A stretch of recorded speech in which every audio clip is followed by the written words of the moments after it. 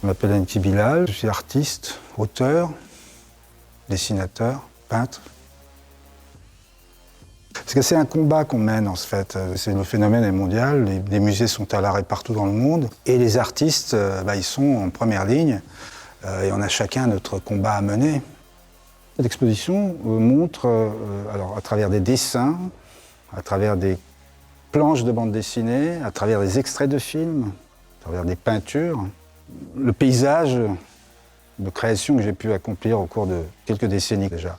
Traversera la thématique de la ville, la sensualité, la métamorphose, du cosmos, de la géopolitique. On est dans quelque chose qui raconte ma vision, qui est en fin de compte celle d'un humain qui traverse une période qui a fait notre histoire, qui est notre vie, et qui surtout regarde vers l'avant. Ces deux peintures qui ont été peintes pour une installation à la Biennale de Venise. Et il y a ces éléments humains, animaux, il y a le danger. L'humain, c'est le départ de toute ma création, ça tourne autour de l'homme et de ses sociétés. Donc là, c'est un extrait de Bunker Palace Hotel, mon premier film, qui parle de dictature, la fin d'une dictature, dans un bunker souterrain. On voit quand même de l'influence de l'Union soviétique ou des pays de l'Est ou de... Ça se passe à Moscou. C'est des éléments qu'on retrouve parfois ailleurs. Les architectures à bulbes, de l'écriture cyrillique. Parce que je considère que ce monde-là que le monde occidental ne veut pas voir, moi je veux le montrer parce qu'il fait partie non seulement de ma culture, mais qui fait partie du monde. Il y a aussi énormément de plans de vues d'avion. Il y a des perspectives aussi. J'aime bien les plans rapprochés, les plans serrés, sur des visages, sur des corps, etc.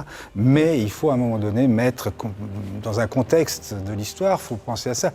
Quand on fait une bande dessinée, on fait aussi du cinéma, on se fait un film dans sa tête, on choisit les cadres, et puis à un moment donné, il faut faire des choix. C'est rarissime, les bandes dessinées où la ville est représentée de façon positive. C'est très rare. Pourquoi ? Quelque chose de dur, de violent, d'inquiétant, c'est toujours plus excitant pour l'imaginaire. La ville, effectivement, fait partie de... C'est le terrain de jeu des humains et c'est là où se dénouent tous les drames et où se lient toutes les histoires. Là, on est dans une salle qui est baptisée Cosmos. Oui. 68, je vois un film, 2001, l'Odyssée de l'espace. C'est un film qui m'a marqué et qui a été fondateur aussi d'une grande partie de ce que je vais devenir en tant qu'artiste. Là, on a par exemple là, technique, on a 4 dessins, mais qui sont des cases. Alors, qui peuvent former une page. Ils ne forment pas une page tous ensemble, c'est éclaté. Mais ma façon de travailler nouvelle, c'est effectivement case par case. Et cette case-là peut être en dessous, il peut y en avoir 2 autres plus petites et une troisième en dessous. Et ça fait une page. Alors qu'avant, donc ça c'est ma méthode actuelle, alors qu'avant, par exemple, j'avais des planches entièrement constituées d'emblée, où on a les cases, les bulles, tout est en place et on imprime. Ça, c'est la bande dessinée classique traditionnelle. Il y a énormément un travail de hachure, alors très inspiré de Doré, Gustave Doré, de la gravure, etc. C'est une technique, mais au crayon, j'ai déjà dessiné tout ça. Alors, j'ai pas fait les hachures forcément. Mais après, il faut passer tout ça à l'encre de Chine. Donc ça, c'est fastidieux. Les fantômes du Louvre, ça c'est un livre en soi.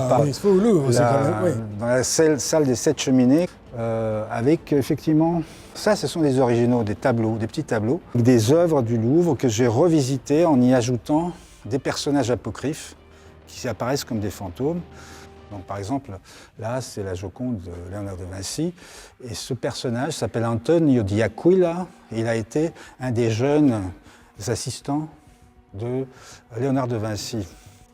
Évidemment, c'est absolument faux. Alors là, on entre dans une boîte noire où il y a 3 tableaux qui font référence à un livre que j'ai fait sur une expérience passée, une nuit passée au musée Picasso à Paris. Et les douches sonores vont faire témoigner les modèles qui ont servi à Picasso pour Guernica. Alors donc, si on se met là, sous cette douche-là, on va entendre le témoignage du cheval. Le cheval qui se trouve là, sur le tableau. Louisa, elle est là, Maria Louisa. On voit la référence. Et là, le dernier, c'est moi, j'ai posé pour Picasso pour être le soldat mort, ici, là. Donc tout ça, c'est le côté un peu apocryphe, ce mélange de vrai, de faux. Ouais, on revisite un tableau emblématique et on lui donne un autre sens et c'est en fait assez ludique. Ça a été difficile de choisir ces œuvres-là? Oui et non, mais beaucoup sont venus aussi à la demande de Serge Lemoine. Mais il y a quand même des œuvres extrêmement importantes pour moi, bien sûr, là, énormément. Toujours des tableaux. Alors ça, c'est Klaus Mann, une très jolie phrase, pour finir l'expo d'ailleurs. Ils se cramponnèrent l'un à l'autre. S'ils s'étaient lâchés, ils seraient tombés dans un vide sans fond. C'est émouvant pour moi de revoir l'expo comme ça, sous cette forme-là. De penser aussi que des milliers de dieux ont déjà parcouru cet espace. Je sais que c'est un lieu qui vit vraiment culturellement très fort. On est là pour qu'à la reprise de la vie normale, qui sera modifiée forcément, on soit toujours là. Voilà.